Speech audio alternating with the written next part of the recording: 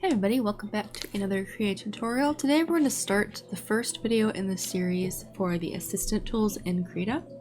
I went over these quite some time ago and I think it's time for a refresh on the assistant tools because a lot has changed. There's new options now.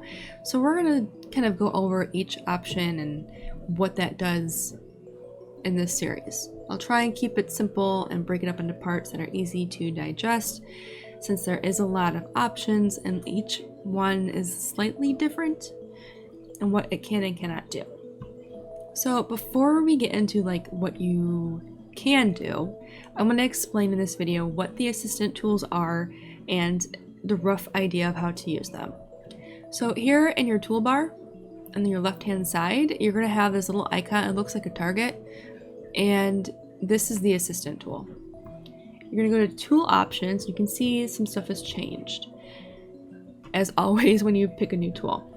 So when you click here to add, you have a ton of different options to pick from, and below that you have other options to change the opacity of the assistant tool. You can change the color. So if you're working on an environment like a city, there's a lot of gray, maybe you don't want to have a gray assistant tool because you're not going to be able to see it very well, so you can change it to something more visible, like an orange, or if you're doing greenery and foliage, you don't want it to be green, you can change it to bright red or something that just makes sense for you in the moment. You can load some new assistants. So if you're using something very specific across a series of illustrations, you can bring those in. You can save whatever ones you create, or you can trash everything that you've made. You can also limit the assistant to the area that you're working in. So as you click through these, you can see that some of these options do change. So parallel ruler has different options, perspective, all that good stuff. Nothing too crazy until we start making the assistant tool. Now we can change it to a custom color. So this particular one I could change to, I'll just change it to like a pink, and then I can make a second one and I can change this one. I'll change it to a blue. There, something visible. And as you can see, there's points that we can go ahead and modify, but we can get into that later with each specific assistant tool that they have. Here you have some other options in the menu. You can move this around, which is this little move icon. You can turn it on and off.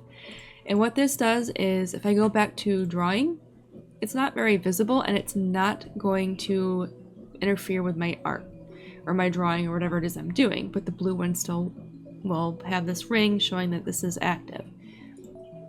You can go back to the assistant tool. I can turn it back on, and I can go and start drawing again. You can see that they're both active and doing some crazy stuff right now. I'm not on a layer I can draw on, so that's why that little thing popped up here. Currently active on a group, not a layer.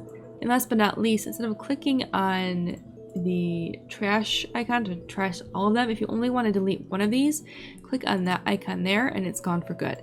So just be careful. If you have something that you really do need and you don't want to get rid of it, you can save it so you always have that specific assistant tool to bring back in, because once you delete it, I mean, you can undo it and it'll come back, but if you delete it and then you forget to undo that and it's already like 10 minutes into your drawing, you're not going to be able to get that back. So just keep that in mind when you're using these. And that's really it for the overview of the assistant tool. We will go into further detail for each of these, because once we start actually making them, we'll get more options and we'll have a little bit more